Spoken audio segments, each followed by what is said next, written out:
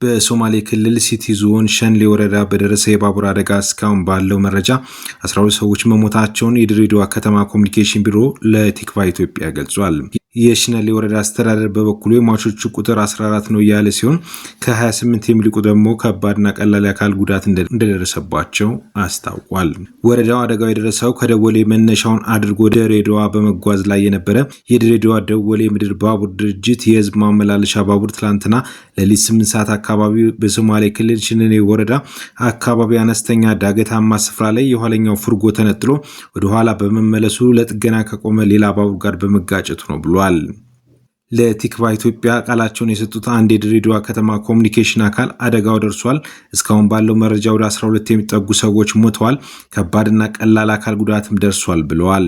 አደጋው የደረሰው ባቡሩ ወደ ጅቡቲ ሲጓዝ ነው ሲባል የተስተዋለ ሲሆን የቢሮ አካል ግን ባቡሩ የተጋጨው ከዚህ ወደ ጅቡቲ ሲሄድ ሳይሆን ከደወሌ ወደ ሸንሌ እየመጣ ነው አደጋው የደረሰው ሲሉ ለቲክቫ ኢትዮጵያ ተናግረዋል።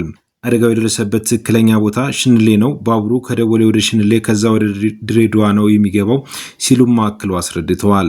ዝርዝር መረጃውን ወደ ስፍራው የተላኩ አካላት እንዳደረሷቸው እንደሚያሳውቁም ገልጸዋል። ቲክቫ ኢትዮጵያ ተጨማሪ ማብራሪያ የጠየቃቸው የከተማ አስተዳደር መንግስት ኮሙኒኬሽን ጉዳይ ቢሮ ኃላፊ አቶ ብሩክ ፈለቀ ጉዳዩን አጣርተው ማብራሪያ እንደሚሰጡም ገልጸዋል።